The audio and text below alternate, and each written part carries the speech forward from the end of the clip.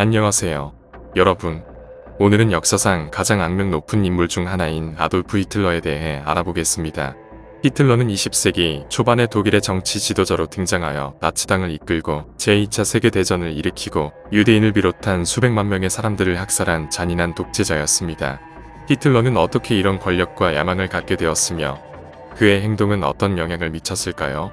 히틀러의 삶과 업적, 그리고 그가 남긴 역사적 의미와 교훈에 대해 함께 알아보겠습니다. 히틀러는 1889년 4월 20일 오스트리아의 브라우나우아름이라는 작은 마을에서 태어났습니다.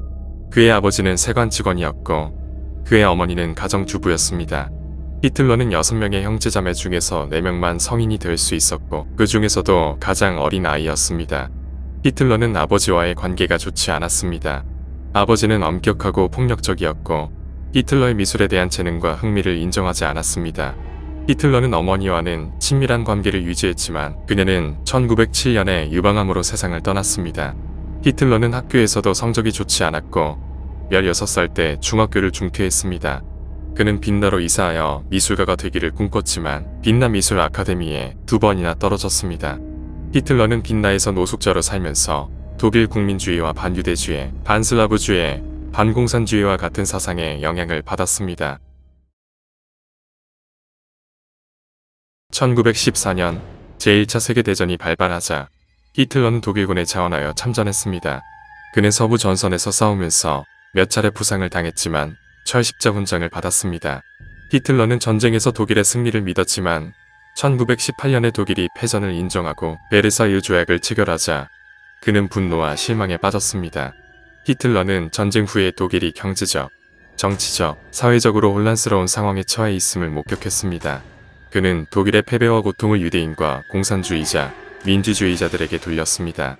1919년 히틀러는 독일 노동자당이라는 작은 정당에 가입했습니다. 그는 그의 웅변술과 극단적인 국민주의적 사상으로 정당 내에서 인기를 얻었습니다. 1920년 그는 정당의 이름을 국가사회주의 독일 노동자당으로 바꾸었고 1921년에는 정당의 지도자가 되었습니다. 히틀러는 나치당의 상징으로 갈색 셔츠를 입은 폭력단체인 폭행되어 그의 개인 경호대인 쌍갈퀴를 조직했습니다. 히틀러는 자신을 필요라고 칭하고 독일의 부흥과 영광을 위해 싸울 것이라고 선전했습니다.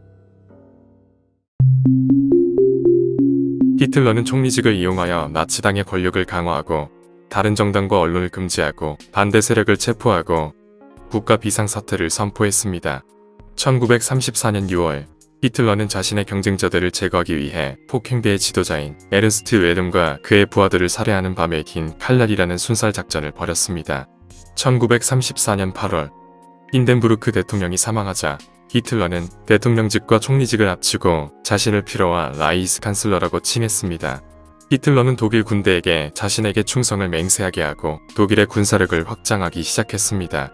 1935년 히틀러는 베르사유 조약을 파기하고 독일의 국가 복무 의무화와 재무장을 선언했습니다.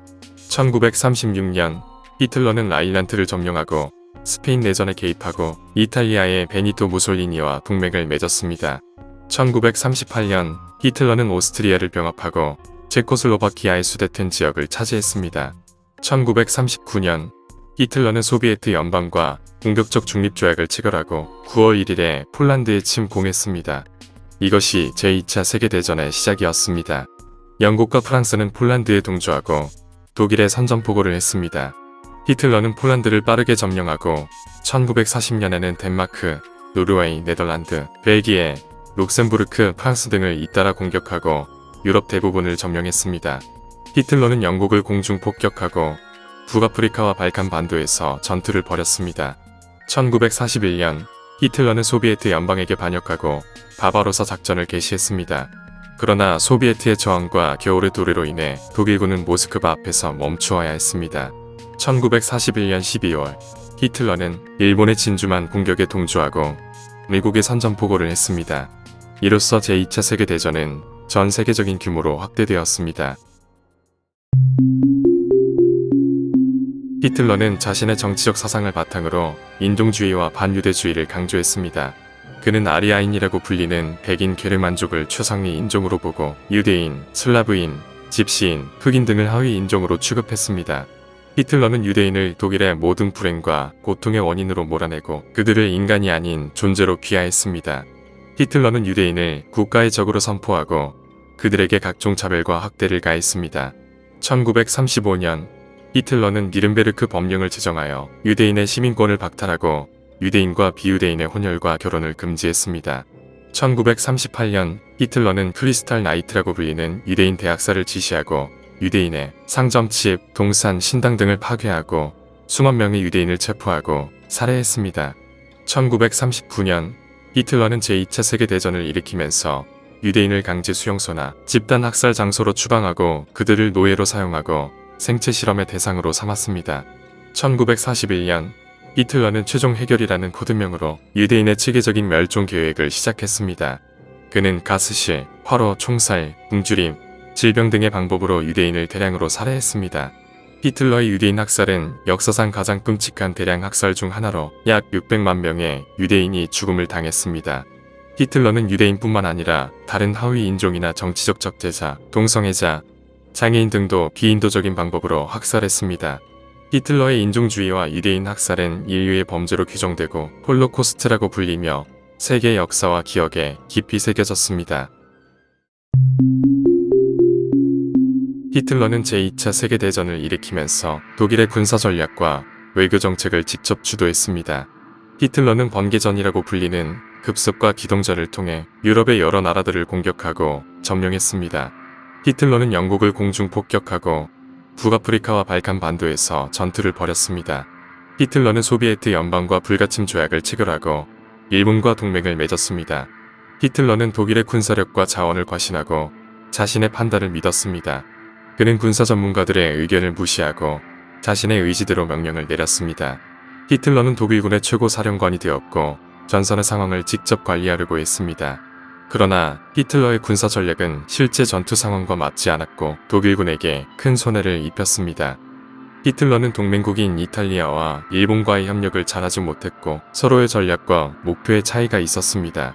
히틀러는 동맹국의 요청이나 제안을 무시하거나 거절하기도 했습니다. 히틀러의 군사 전략과 동맹국들과의 관계는 독일의 패배의 원인 중 하나가 되었습니다. 히틀러는 제2차 세계대전을 일으키고 유럽의 대부분을 점령했지만 결국에는 패배했습니다. 히틀러는 소비에트 연방과 미국과 같은 강대국들의 반격을 받았고 독일의 군사력과 자원은 고갈되었습니다. 히틀러는 독일의 전투력을 과대평가하고 불가능한 명령을 내렸습니다.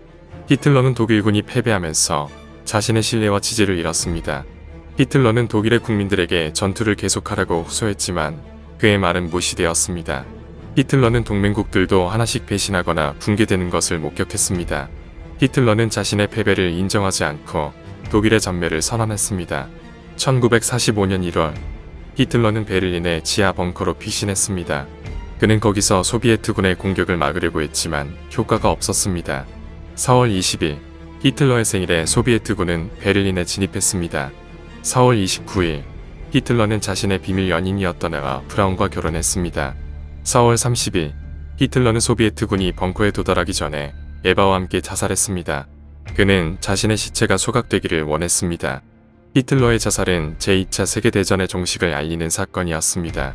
히틀러의 죽음은 세계의 역사와 기억에 깊이 새겨졌습니다. 여러분, 오늘은 역사상 가장 악명 높은 인물 중 하나인 아돌프 히틀러에 대해 알아보았습니다. 히틀러는 독일의 정치 지도자로서 나치당을 이끌고 제2차 세계대전을 일으키고 유대인을 비롯한 수백만 명의 사람들을 학살한 잔인한 독재자였습니다. 히틀러는 자신의 국가와 인종의 영광을 위해 싸울 것이라고 주장했지만 그의 행동은 인류의 범죄로 규정되고 홀로코스트라고 불리며 세계의 역사와 기억에 깊이 새겨졌습니다. 히틀러는 자신의 권력과 야망을 만족시키기 위해 무자비하고 비인도적인 방법을 사용했습니다. 히틀러는 자신의 판단과 의지를 절대화하고 다른 의견이나 반대를 차단했습니다. 히틀러는 자신의 군사 전략과 외교 정책을 직접 주도했지만 그의 결정은 독일의 패배와 파멸을 가져왔습니다. 히틀러는 자신의 패배를 인정하지 않고 자신의 국가와 동료들을 버리고 자살했습니다. 히틀러의 삶과 업적은 우리에게 어떤 교훈을 주는지 생각해 보아야 합니다. 우리는 히틀러의 역사를 잊지 말고 그의 행동이 초래한 고통과 비극을 기억해야 합니다. 우리는 히틀러의 사상과 행위를 비판하고 반대하고 경계해야 합니다. 우리는 히틀러의 희생자들을 추모하고 그들의 존엄과 인권을 존중해야 합니다. 우리는 히틀러의 오류와 실패를 깨닫고 그와 다른 길을 걷고 그와 다른 인간이 되어야 합니다. 여러분, 이상으로 히틀러에 대한 내용을 마치겠습니다. 감사합니다.